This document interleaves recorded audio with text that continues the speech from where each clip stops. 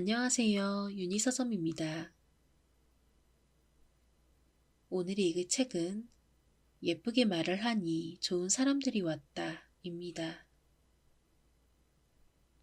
심희정 지음, 송북스 출판사에서 펴낸 책입니다.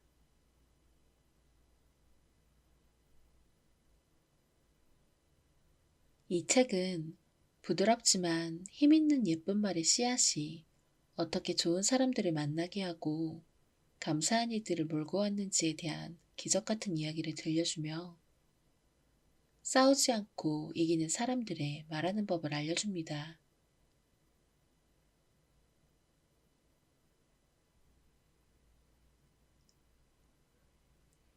말에는 귀소 본능이 있다. 사람은 누구나 존중받기를 원한다. 노력한 만큼 인정받고 상대의 눈에 내가 괜찮은 사람으로 비치기를 바라는 마음은 누구에게나 있는 본능이다. 하지만 남에게 잘 보이고자 나를 희생해가며 억지로 끌려다닐 수도 없는 노릇이다. 반대로 싸우고 맞서서 인정받으려니 성격 나쁘다는 말만 들을 뿐 무엇 하나 얻는 게 없다. 나를 지키면서 남에게 존중받고 원하는 것을 취하는 가운데 좋은 관계를 유지하며 다툼 없이 이길 수 있는 방법은 없는 걸까?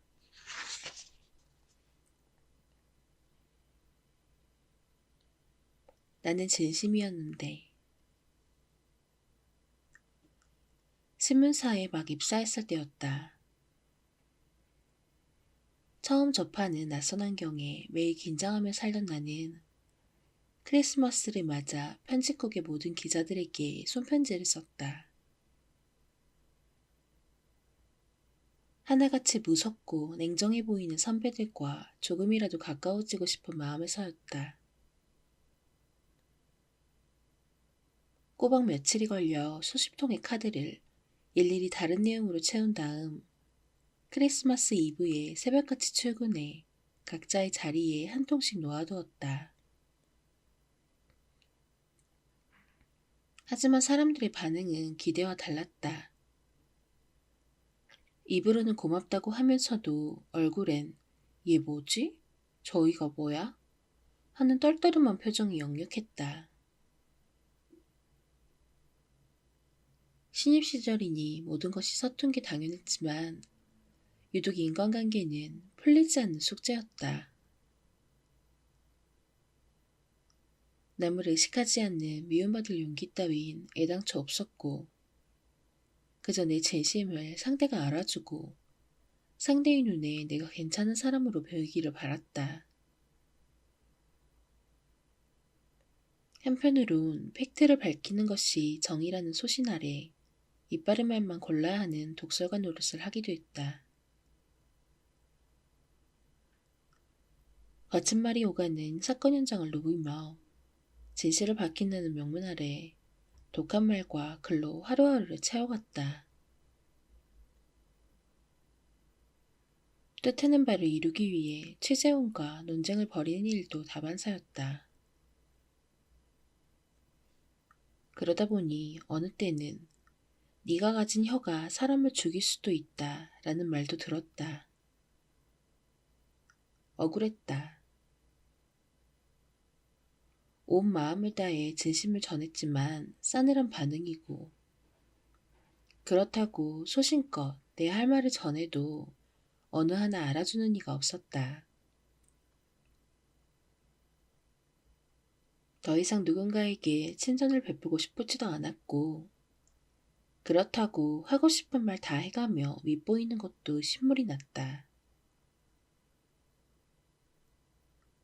그렇게 이도저도 아닌 모습으로 살기를 수년. 내가 어려운 관계 문제를 하나둘씩 풀어가고 세상을 내 편으로 만들어갈 줄 알게 된 것은 타인이 아닌 오직 나 자신에게 집중하기 시작하면서부터였다.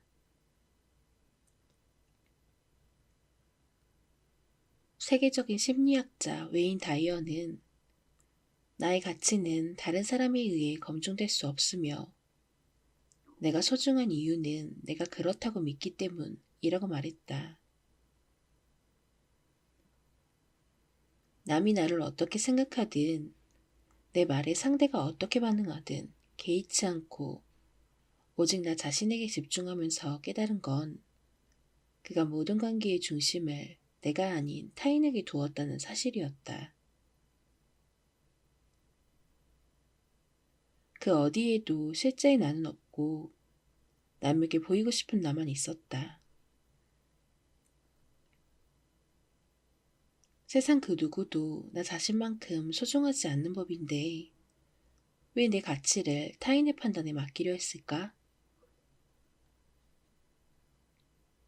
세상 그 누구도 나 자신만큼 소중하지 않다는 평범한 진실을 자각한 뒤로 굳이 나를 지키려고 남에게 나를 세울 필요가 없어졌다. 남에게 인정받기 위해 가장 낸 친절을 보일 이유도 없었다. 남을 의식해 변해야 해, 잘해야 해, 더 나아져야 해 하며 스스로 다그치던 말을 거두고 나 자신을 존중하다 보니 자연스레 마음의 여유가 생겼다. 내가 소중한 만큼 남도 소중해지고 내가 행복해지려면 내 곁에 사람들도 행복해져야 한다고 진심으로 느껴졌다. 외딴 섬에 들어가 혼자 살지 않는 한 어차피 사람은 누군가와 계속 관계를 유지하며 살아야 하고 진정한 성취를 이루려면 표면적인 관계가 아닌 진실로 서로를 위하는 관계를 만들어가야 한다는 것도 알게 되었다. 누군가 말했듯 나는 현미경으로 보고 남은 망원경으로 보는 결심대로 살면서 생긴 변화였다.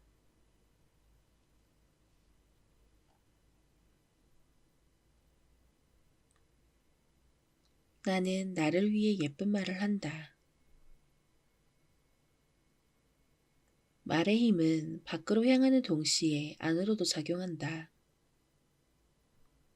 누가 그랬다.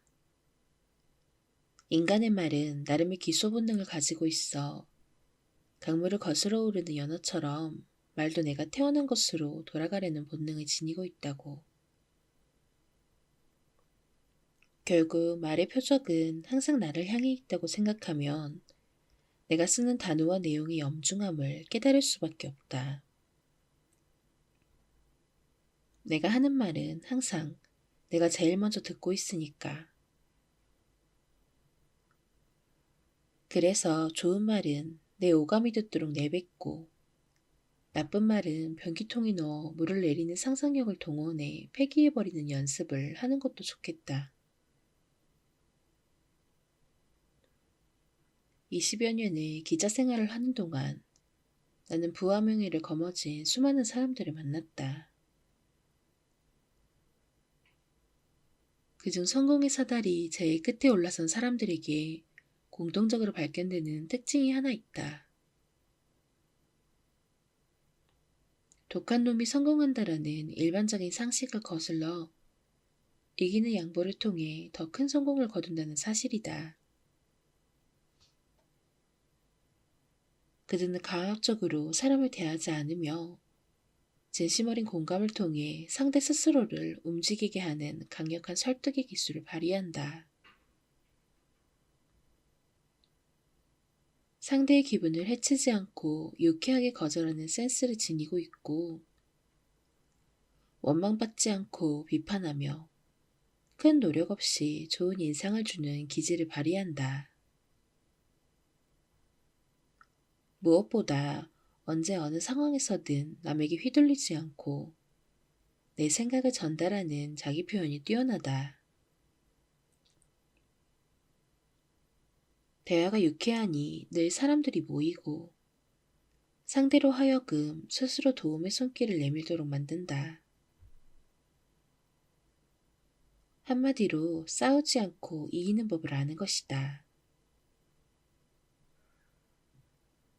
그들이 늘 자신 있게 스스로를 밝히고 자신만의 언어로 사람의 마음을 사로잡을 수 있는 비결은 자기 확신 속에 사람과의 신뢰를 소중히 하고 아주 작은 인연조차 황금처럼 귀하게 여기기 때문이다. 승자독식 시대에서 남의 경쟁력을 가지려면 무엇보다 나 스스로 만족하는 삶을 살려면 능력만 중요한 것이 아니라 남을 위하는 마음, 서로 손잡고 상생하려는 말과 행동이 뒷받침되어야 한다는 걸 자신의 삶을 통해 직접 증명해 보인다. 나는 최선을 다하는데 왜 비난을 받을까? 대체 내 주변엔 왜 이렇게 까다로운 사람이 많은 걸까? 왜 나는 늘 손해만 보는 걸까? 오늘도 많은 사람들이 이런 고민을 안고 살아간다.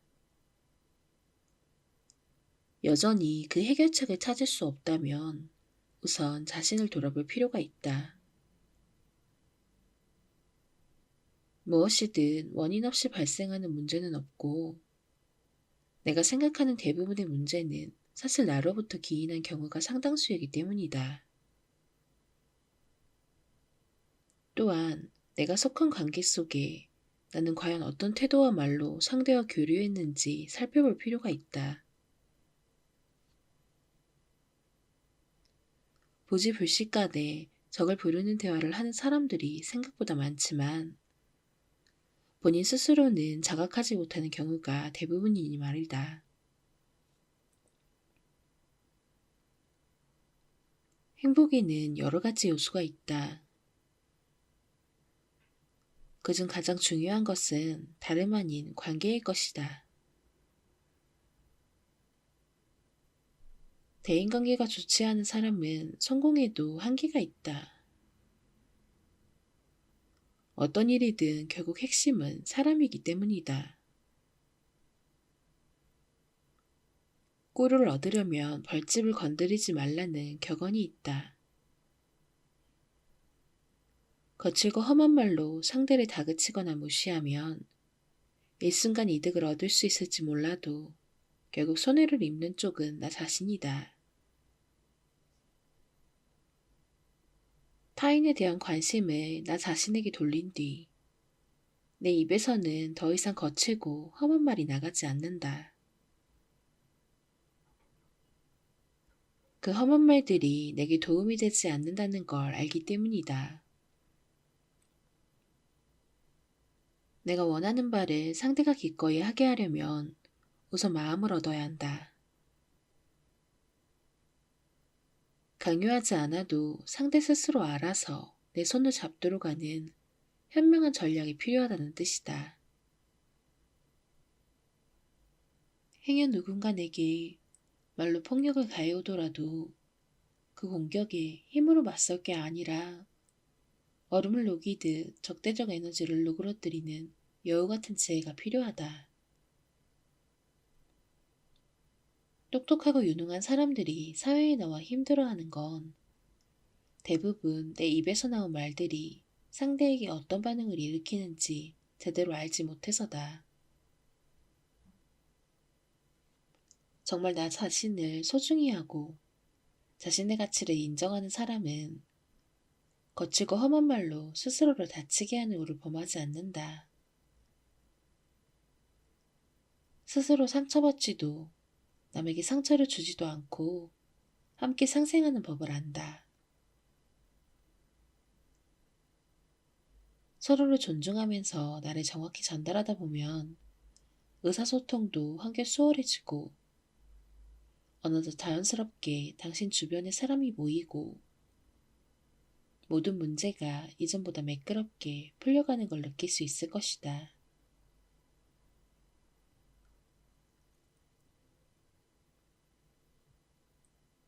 나는 말로 사람을 얻는 사람인가, 잃는 사람인가?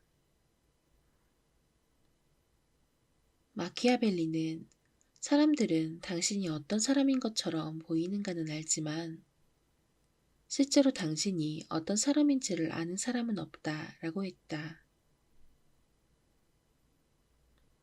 누군가 생각하는 내 모습은 그가 해석한 나의 이미지일 뿐 나의 실제 모습과 완전히 일치하진 않는다. 내가 실제로 어떤 사람인지는 상대방을 어떻게 대하고 상대방에게 어떻게 보이느냐에 따라 달렸다 해도 과언이 아니다.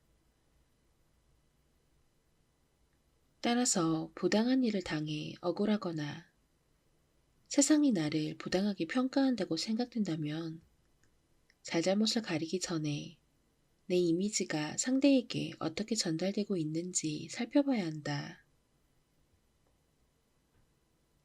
그런데 내 이미지를 가장 즉각적으로 강력하게 드러내는 것은 다름 아닌 말이다. 말이고 나라고 해도 과언이 아닐 정도다. 얼마 전 후배가 침울한 목소리로 연락을 해왔다. 회사 생활이 너무 힘들다는 그녀에게 이유를 물었더니 의도치 않게 자꾸 오해를 사는데 이유를 모르겠다는 것이었다. 얼마 전에 중요한 팀 프로젝트를 마치고 임원 한 분이 격려차 저녁 회식 자리를 마련했단다. 분위기가 무르익으며 돌아가면서 건배사를 하게 되었는데 자기 차례가 되었을 때 이렇게 말했다고 했다. 힘들었지만 많이 배웠습니다. 이 자리를 빌려 저 자신에게 파이팅을 해주고 싶어요. 제가 제 이름을 부르면 다 같이 파이팅이라고 외쳐주세요. 말을 마친 그녀는 당당히 자기 이름 석자를 외쳤고 좌중은 경탄 반, 박수 반인 가운데 파이팅을 외쳐주었다. 그런데 옆자리에 있던 선배가 조용히 한마디 하더란다. 팀 막내가 할 말은 아니지 혼자만 고생했나? 그녀는 앞으로 더 열심히 해보겠다는 의지를 표현한 것인데 이런 오해를 샀다며 한탄했다. 경력이 짧아 일이 서툴기는 해도 능력 안에서 최선을 다하고 있는데 매사 이런 식이니 심각하게 이직을 고려 중이라는 것이었다. 제가 못할 말을 한 것도 아니잖아요? 물론 후배가 잘못한 것은 없었다. 건배사에 공식이 있는 것도 아니고 더구나 무슨 말이든 괜찮다는 상사의 권유도 있었다니 말이다. 문제는 내용이 아닌 표현의 방법이었다. 고생한 가운데 배움의 기회를 갖게 되어 감사하고 이 자리를 빌려 선배들의 격려를 받고 싶다는 한마디만 덧붙였더라면 혼자만 고생했냐는 억울한 오명을 듣지 않아도 됐을 텐데 말이다. 1. 관계, 심지어 사랑까지 세상 모든 것은 말로 시작되어 말로 끝이 난다. 특히 오래 가져가야 할 관계에서 말은 어쩌면 자신을 드러내는 유일한 표현 수단이라고 해도 과언이 아니다. 그런데 우리는 흔히 말하는 데 있어 솔직함을 가장 큰 미덕으로 생각한다. 하지만 솔직함을 방패 삼아 내 욕구를 드러내는 데 급급한 것은 아닌지 살펴볼 필요가 있다. 특히 사회생활에서 여과되지 않은 솔직한 표현은 상대의 감정이나 상황을 생각하지 않고 자신의 생각과 입장만 밝히는 것으로 오해를 살 여지가 다분하다. 내 뜻을 전하면서 동시에 상대의 마음과 권리에 위협이 되지 않는 반짝이는 지혜가 필요하다. 어차피 해야 할 말이라면 최소한 내 앞길에 장애가 되지 않게 이왕이면 내 길을 밝히는 등불이 되어준다면 좋지 않을까? 실력이 좀 부족한 부하 직원은 늘 잦은 실수를 하는 중에도 감사와 고마움의 표현을 열심히 진심을 다해 전했다. 똑같은 실수에 지적을 거듭해도 수정되기까지 한참이 걸렸고 다른 부서원에 비해 업무 능력도 떨어져 상사인 내 입장에선 고민이었는데 늘 말끝에 더 열심히 해서 선배의 짐을 들어드리겠습니다. 제 부족함을 감싸주셔서 감사합니다. 가르침에 누가 되지 않겠습니다 하며 마음을 담은 인사를 전하곤 했다. 예쁜 말을 골라서 하니 심하게 야단은 칠 수 없었고 하나라도 더 가르쳐주고 싶은 마음이 들었다. 그런데 그렇게 느낀 사람이 나만은 아니었던 듯하다.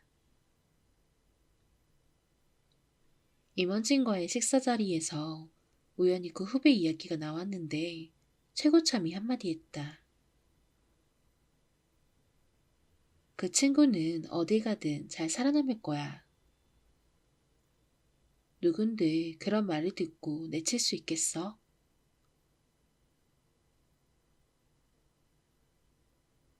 나는 나를 어떻게 표현하고 있는가? 20년 기자 생활을 하며 말의 위력을 몸소 채워내온 나는 말의 특성과 돈이 똑 닮았다는 생각을 한다. 길거리에서 무작위로 시민들을 만나 퀴즈를 내고 마치면 100만 원을 주는 예능 프로그램이 있다. 사회자가 사람들에게 100만 원이 생기면 뭘 하겠느냐고 물었더니 친구들과 실컷 놀겠다. 일단 안 쓰고 쟁여두겠다. 미래를 위해 공부하는 데 쓰겠다 등 각양각색의 답이 나왔다. 똑같은 돈이라도 어떻게 쓰느냐에 따라 먼지처럼 사라져버릴 수도 있고 그 이상의 이득을 가져올 수도 있는 것이다. 말도 다르지 않다.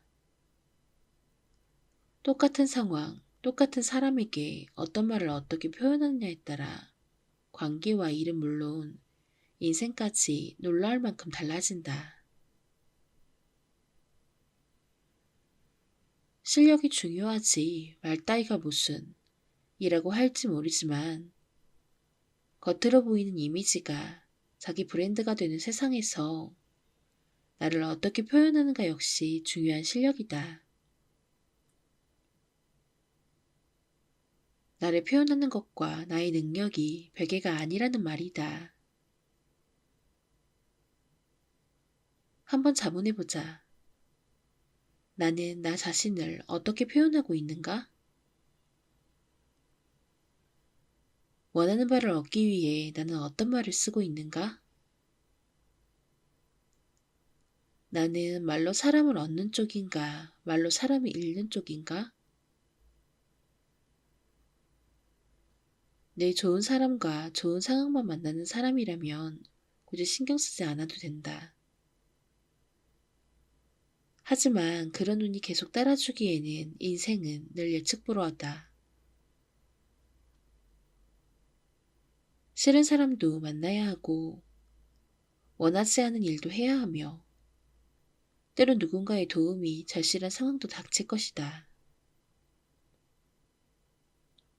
나를 제대로 표현하고 상대의 마음을 움직일 수 있을 때 역으로 그것은 상대를 통제할 수 있는 기반이 된다. 그러니 사소한 말 한마디도 내 입에서 나가는 말들, 특히 나를 드러내는 말들에 신경을 써보자.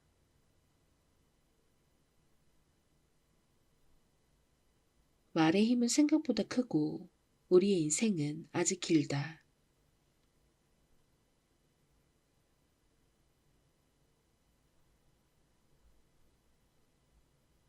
예쁜 말을 배워본 적이 없습니다. 만일 누군가 나더러 다시 태어나도 기절을 하겠느냐고 묻는다면 선뜻 고개를 끄덕이지 못할 것 같다. 힘든 만큼 보람도 있었기에 내 선택을 후회하지는 않지만 이왕 다시 태어난다면 나를 좀 덜 세워도 되는 일, 남에게 웃음을 줄 수 있는 일, 좀 더 선한 영향력을 줄 수 있는 일을 했으면 좋겠다. 기자로 첫 발을 딛고 몇 년간 나는 굵직한 사건 사고를 주로 다루는 사회부에서 일했다. 자정 넘어서까지 야근을 한 뒤 새벽 4시에 경찰서로 출근해 밤새 사건 사고가 없었는지 체크하고는 혹시 살인사건이라도 있으면 누가 누구를 왜 죽였는지, 도구가 뭐였는지, 사인이 뭔지 등 담당 형사를 붙들고 실랑이를 벌이곤 했다. 전달자 입장에 서다 보니 걸러지지 않은 거친 말들을 그대로 들을 수밖에 없었고 위담 기사를 쓰는 게 아니었기에 내 입에서 나가는 말들도 자극적이고 험한 표현 투성이었다. 거친 말이 오가는 한복판에 살면서 어찌나 몸과 마음이 고단하던지 가방 안에는 항상 시집을 넣고 다녔다. 말로 다친 마음을 그렇게라도 다스리고 싶어서였다. 내 입에서 나가는 말임에도 불구하고 말에 의해 통제당하며 살고 있다는 생각을 그때 처음 했다. 그렇지 않아도 학창시절부터 독설가라는 말을 들을 만큼 직설적이고 차가운 말을 써오던 나였다. 상대가 누가 되었든 잘못된 것은 반드시 짚고 넘어가야 직성이 풀렸고 그렇게 하는 것이 정의라고 생각했다. 늘 부정적이고 거친 말들을 내뱉으니 사람들과 일상적인 대화를 할 때도 기분 좋은 말, 따뜻한 말이 내 입에서 나갈 리 없었다. 그러다 보니 일은 잘했을지 몰라도 곁에 머무는 이가 없었다.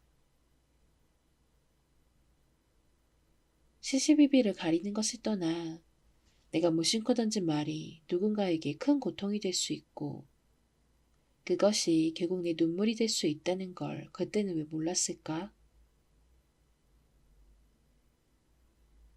같은 말이라도 얼마든지 상대를 배려해 전할 수 있고 그로 인해 나 역시 힘을 얻을 수 있다는 걸 진작에 알았더라면 기자가 된 후 첫 몇 년을 그렇게 촉각을 곤두세운 채 힘들게 살지 않았어도 됐을지 모른다. 돌이켜보면 나는 스스로를 다치게 하지 않으면서 내 뜻을 전하고 원하는 것을 얻는 방법을 배운 적이 없었다. 많은 심리학자들이 이상적인 자기 표현은 자신의 뜻을 전달하면서 그와 동시에 상대의 인격과 권리를 존중해주는 공감적 주장이라고 말한다.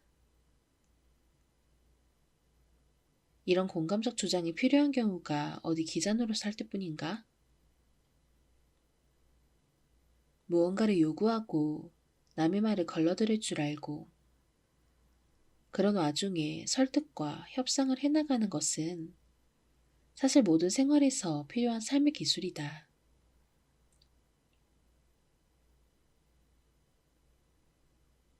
나에게 전하는 칭찬과 격려의 말들.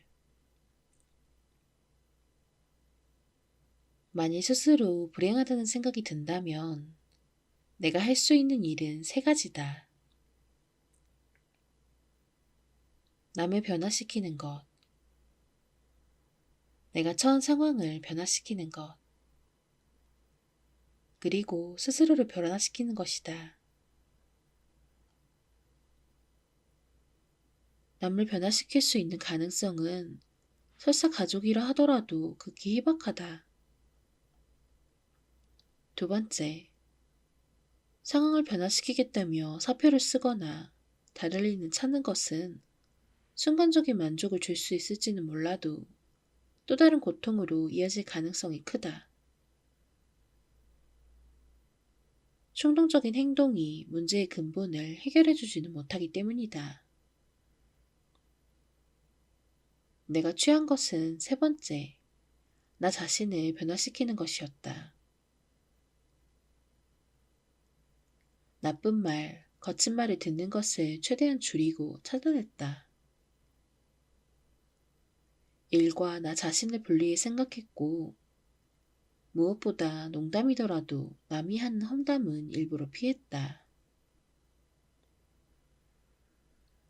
행여 좋지 않은 말을 들으면 그 즉시 잊어버리려고 노력했다. 험한 말은 듣지도 않고 하지도 않았으며 지적 대신 격려를 전했고 감사와 친절의 말을 일부러 달고 살았다. 어떤 말을 어떻게 전할 것인가를 인생의 중요한 과제로 삼고 사람들을 만날 때마다 의식적으로 노력을 기울였다. 이렇게 하면 내 뜻이 제대로 전달되는구나. 이런 말을 하면 나도 좋고 상대도 좋구나 하는 경험이 쌓이면서 내 입을 통해 나간 좋은 말, 예쁜 말들이 몇 배의 선물로 되돌아온다는 것도 알게 되었다. 그리고 또 하나, 깊은 관계를 맺고 인생에 도움이 되는 좋은 대화가 꼭 유창한 말솜씨가 있어야만 되는 게 아니라는 것도 깨달았다. 할 말을 찾지 못할 땐 그저 입을 다물고 상대의 말을 되풀이해서 공감을 표현하는 걸로 충분했다. 이제는 조금 억울하기도 하다. 내 안에 있는 이런 아름다운 말, 좋은 말들을 꺼내지 못하고 독한 말들 속에 살았던 지난 시간들이 너무 아깝다. 그 시간 속에서 나는 얼마나 많은 좋은 사람들과 그 속에서 얻을 수 있는 따뜻한 경험들을 놓쳤을까? 약해 보일까, 만만해 보일까 두려워. 일부러 센 척, 독이 어린 말을 쏟아내던 지난 시간들이 아쉬울 때마다 나는 좋은 말, 따뜻한 말들을 몇 배로 더 전하곤 한다. 그리고 과거의 나를 탓하기보다 하루하루 노력하고 애쓰고 있는 나 자신에게 칭찬과 격려의 말을 건넨다. 후회와 자책도 내 삶에 하등 좋을 게 없으니 애써 그것들을 말로 형상화시킬 이유가 없었다. 결국 내가 할 수 있는 건 현재의 내게 집중해 조금 더 나은 사람, 조금 더 행복한 사람이 되기 위해 노력하는 것일 테니 말이다.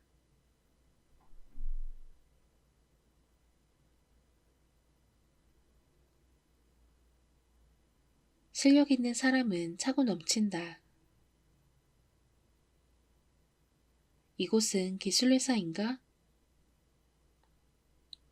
미국 실리콘밸리에 있는 페이스북 본사 벽면에 큼지막하게 적혀있는 문구다.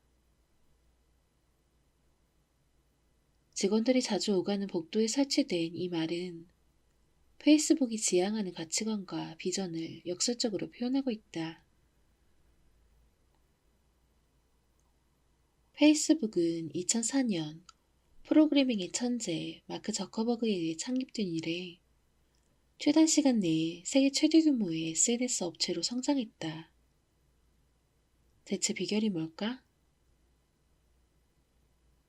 뛰어난 데이터 분석으로 이용자들의 관계망을 구축해주고 좀 더 정교한 콘텐츠를 실시간으로 찾아낼 수 있다는 편의성이 큰 몫을 하지만 근본적인 이유는 다른 데 있다. 바로 사람에 대한 깊은 관심이다. 구글을 비롯한 굴지의 기업들이 엄청난 데이터와 기술을 보유했어도 인적 관계망 지원에서 페이스북을 뛰어넘지 못하는 이유가 여기에 있다. 기술이 먼저인가, 사람이 먼저인가라는 질문에 페이스북이 택한 것은 사람이었다. 이는 프로그래밍이 천재인 창업주 마크 저커버그의 행보를 통해서도 확인할 수 있다. 그는 하버드 대학에서 컴퓨터 과학을 공부하면서 동시에 심리학도 함께 전공했다. 모 잡지와의 인터뷰에서 그는 사람들이 가장 흥미를 갖는 것은 기술 자체가 아닌 다른 사람들이라는 말로 공감의 필요성을 강조했다. 사람에 대한 진지한 관심. 사람 우선인 그의 가치관이 혁신의 밑거름이었던 것이다.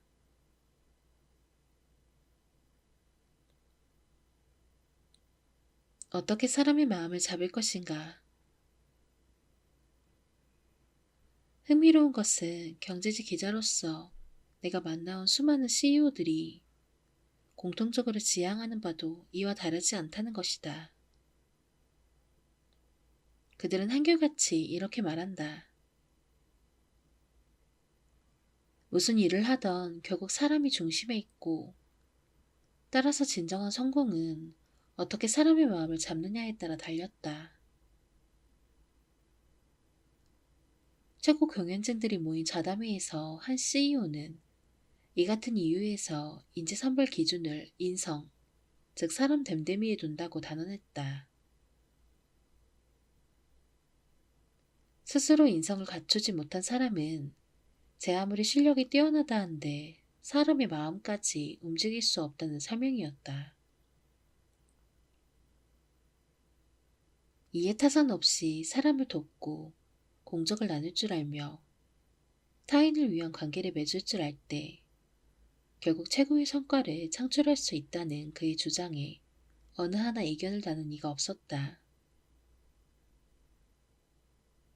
탁월한 인재 양성으로 정평이 난 그는 2, 3년차 사원들의 말하는 품새, 제겨 쓰는 단어만 봐도 그 친구가 최고의 자리까지 오를 수 있을지 아니면 어느 정도 위치에서 멈출지 바로 알 수 있다. 실력이 뛰어난 사람은 차고 넘친다. 그 실력이 끝까지 발휘되도록 하는 건 결국 인성이라고 말했다. 미국 컬럼비아 대학교에서 사회적으로 성공을 거둔 수백 명의 CEO를 대상으로 성공 비결에 관해 설문조사를 시행한 적이 있다. 당신과 당신의 회사가 성공한 이유 중 가장 중요한 비결은 무엇인가? 라는 질문에 뛰어난 기술력이나 업무 능력을 성공 비결로 꼽은 사람은 15%가 채 되지 않았다. 나머지 85%의 사람은 원만한 인간관계와 올바른 조직 문화를 위한 공감 능력을 뽑았다. 또한 10년에 걸쳐 진행된 또 다른 조사에 따르면 퇴사한 사람들의 해고 사유 중 95% 이상이 업무 능력 부족이 아니라 대인관계 문제 때문이었다고 한다. 세상이 아무리 급변한다고 해도 결국 원하는 위치에 오르고 성공적인 인생을 살려면 실력만으로는 역부족이라는 얘기다. 아니, 실력보다 우선인 것이 사람됨, 인성과 태도라고 해도 과언이 아니다. 앞서 언급한 CEO의 말처럼 실력이 뛰어난 사람은 차고 넘쳐도 따뜻한 성품으로 사람을 우선시하는 사람, 사람의 마음을 다룰 줄 아는 사람은 드물기 때문이다. 심리학자 알프레드 아들러는 말했다. 타인에게 관심을 갖지 않은 사람이 인생에서 가장 큰 고난을 겪으며 타인에게도 가장 큰 상처와 위험을 준다. 인간이 살면서 겪는 모든 실패는 바로 이런 유형의 사람들에게 발생한다. 글로벌 기업에 다니는 F는 일 처리가 신속하고 돈의 회전이 빨라 상사들은 모두 그를 하나같이 신임하고 아꼈다. 그러나 우연히 부하 직원들로부터 F의 품성에 대해 듣게 되었는데 그는 자신의 성과를 높이기 위해서라면 악마에게라도 영혼을 판다는 평이었다. 후배의 성과를 가로채는 것은 기본이고 자신을 위해 열의를 다하는 동료들을 더욱 채찍질하고 그 과정에서 험한 말을 서슴지 않는다고 했다. 불가능한 상황을 해결한 후배에게조차 이것밖에 못하느냐 참으로 무능하다 라고 비난을 하고 상대적으로 일의 성과가 되는 후배에게는 멸시하는 눈초리야 인신공격성 언행을 퍼부었다.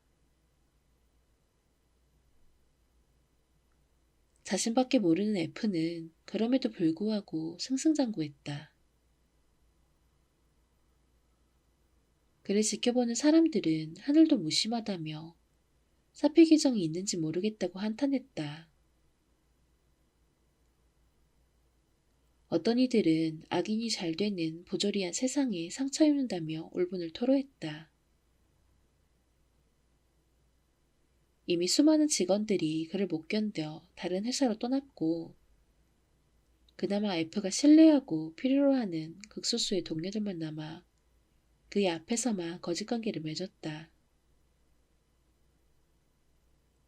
그러기를 몇 년. 하지만 세상에 소문이 안 나는 진실은 없나 보다. 결국 F가 저지른 과거의 횡령과 배임이 들통났고 현재 모든 것을 잃고 고통받고 있다. 남을 아프게 해서 끝까지 잘 되는 사람을 보기는 참 드물다.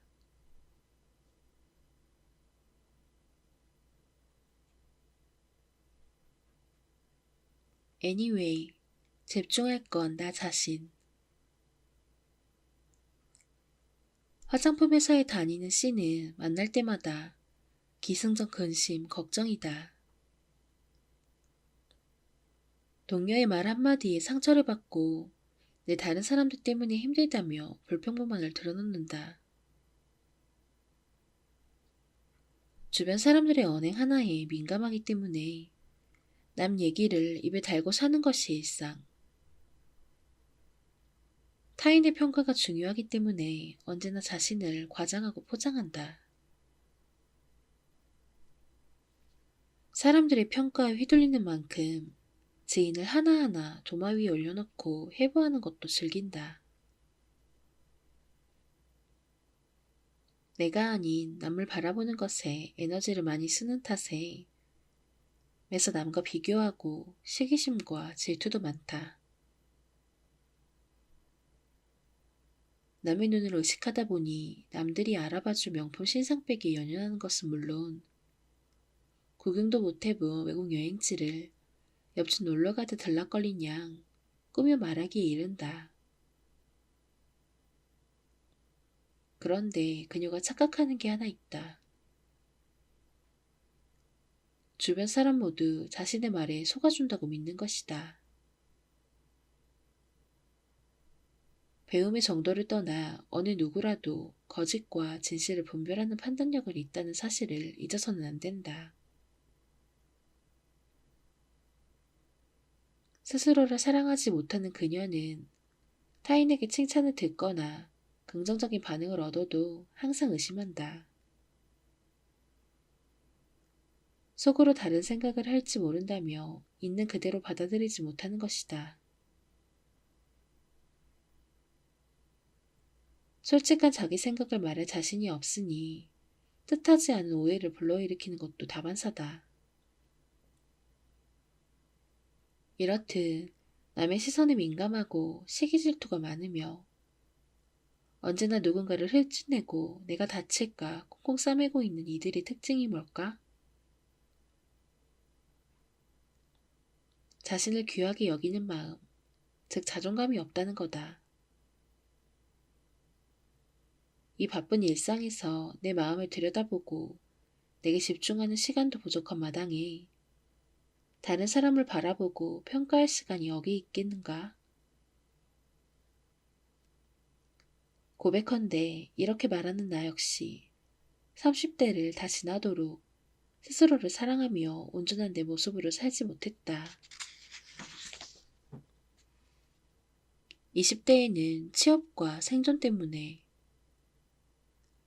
언론사에 입사해 조금 안정됐다 싶었던 30대에는 세상이 나를 어떻게 볼까 신경 쓰느라 정작 소중한 나 자신은 늘 뒷전이었다.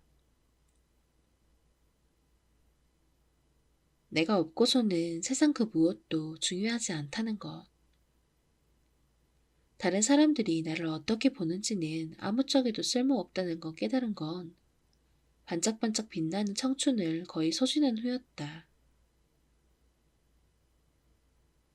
그 사실을 깨닫는 순간 남은 시간도 그렇게 산다면 얼마나 어리석은 인생일까 생각했다.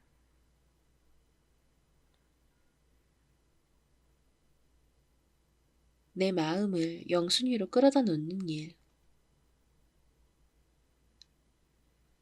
뼈저린 후회 끝에 나는 인생 노선을 바꾸기로 결심했다.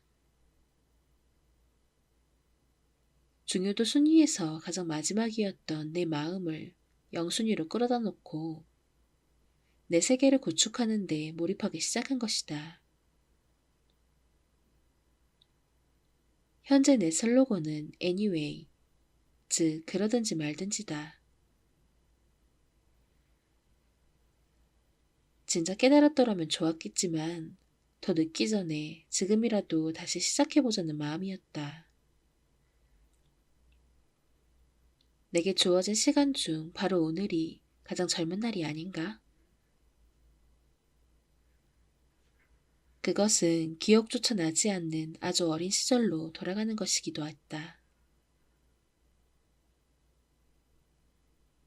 어렸을 적에는 누구나 자신을 사랑한다. 내 마음이 가장 중요하고 원하는 것을 표현하는데 조절하지 않는다. 그러나 말이 채되기 전부터 우리는 스스로를 아끼고 사랑하는 것이 버릇없고 반사회적인 것이라 배운다.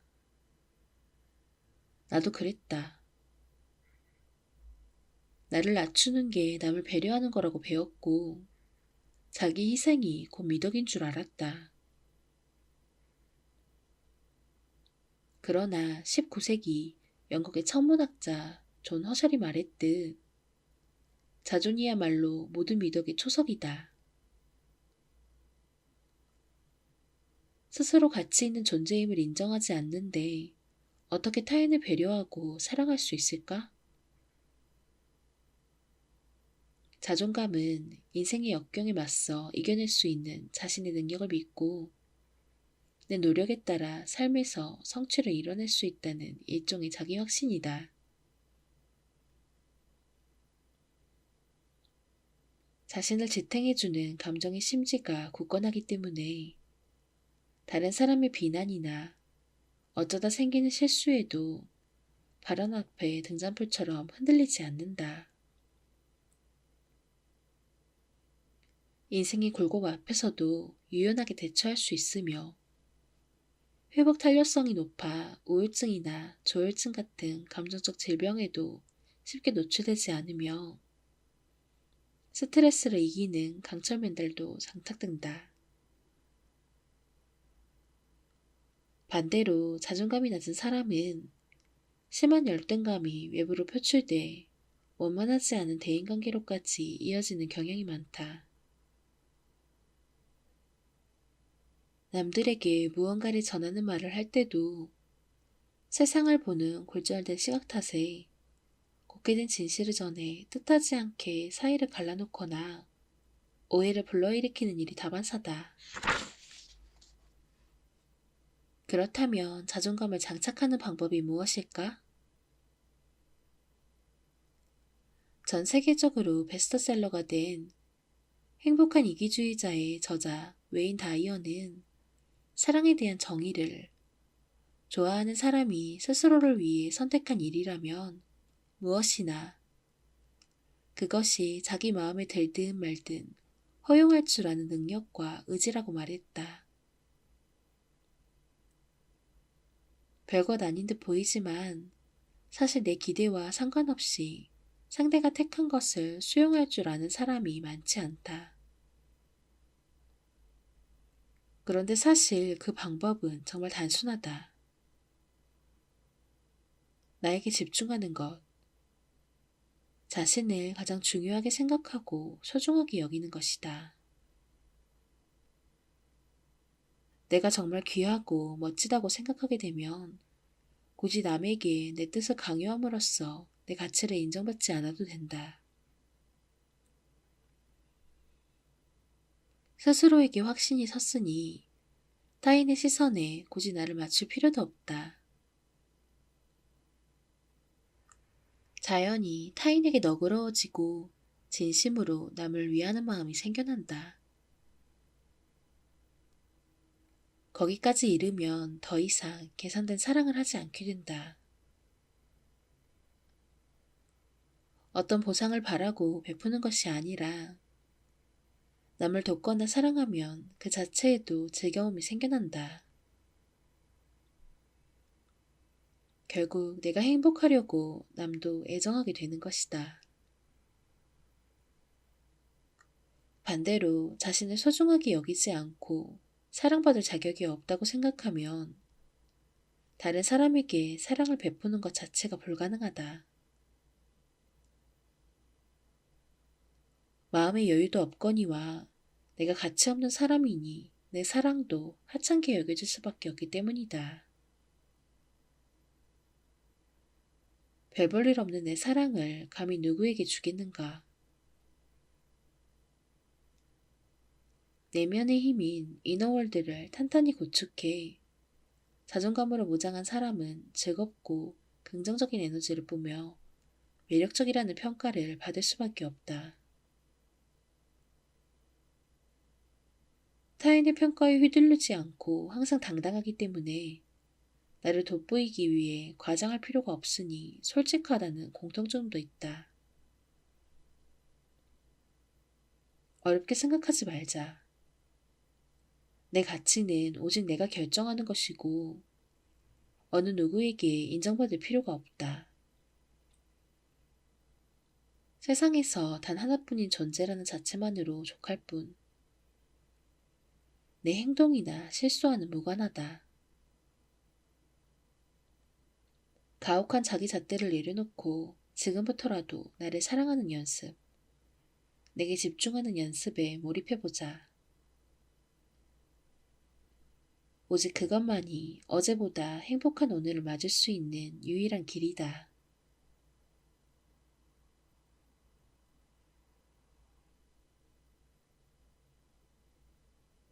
휘둘리지 않고 당당해지려면 꽤 묵직한 울림으로 깊은 인상을 남긴 드라마 한 편이 있다. 타임슬립을 모티브로 했다고 생각했지만 모든 이야기가 치매에 걸린 주인공의 뒤죽박죽된 생각이었다는 반전을 준 드라마 눈이 부시게다. 주인공 혜자의 생각 속 이야기는 이렇다. 사고로 죽은 아버지를 되살리기 위해 거듭 시간을 되돌린 혜자는 그 대가로 꿈과 사랑, 젊음을 모두 잃고 기대할 것 하나 없는 노인의 삶을 살게 된다. 갈등과 범인을 사겨가며 스스로를 다독이지만 새로 펼쳐진 현실은 훨씬 냉정했다. 목숨을 얻은 대신 한쪽 다리를 잃은 아버지와 장애자가 된 아버지 곁에서 억지 웃음을 보여야 하는 어머니. 갑자기 연인이 사라져버려 미래에 대한 기대를 놓아버린 남자친구까지.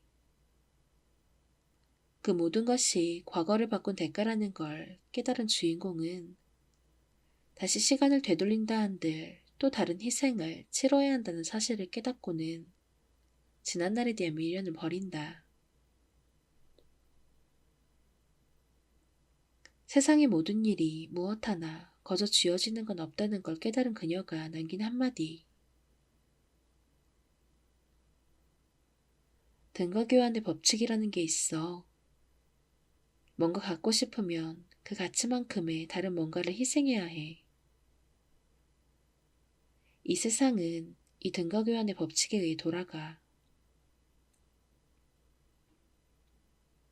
등가 교환이란 경제학에서 사용되는 언어로 어떤 상품의 가치와 가격이 일치하는 교환을 뜻한다.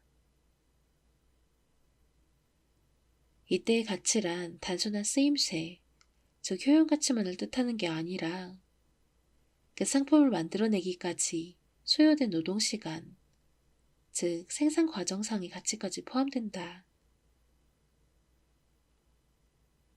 어떤 것을 만들어내기 위해 들어간 땀과 노력, 시간까지 모두 포함된 개념인 것이다. 무엇을 추구하든 우리 인생도 다를 바 없다. 원하는 것이 행복이든 성공이든 무언가를 얻으려면 반드시 그에 상응하는 노력과 희생, 얻는 것만큼의 대가를 치러야 한다. 타인을 생각하는 좋은 품성과 나의 품격을 올리고 사람의 마음을 사로잡는 말을 내 것으로 갖추려면 그에 상응하는 노력과 자기훈련이 따라야 한다는 뜻이다.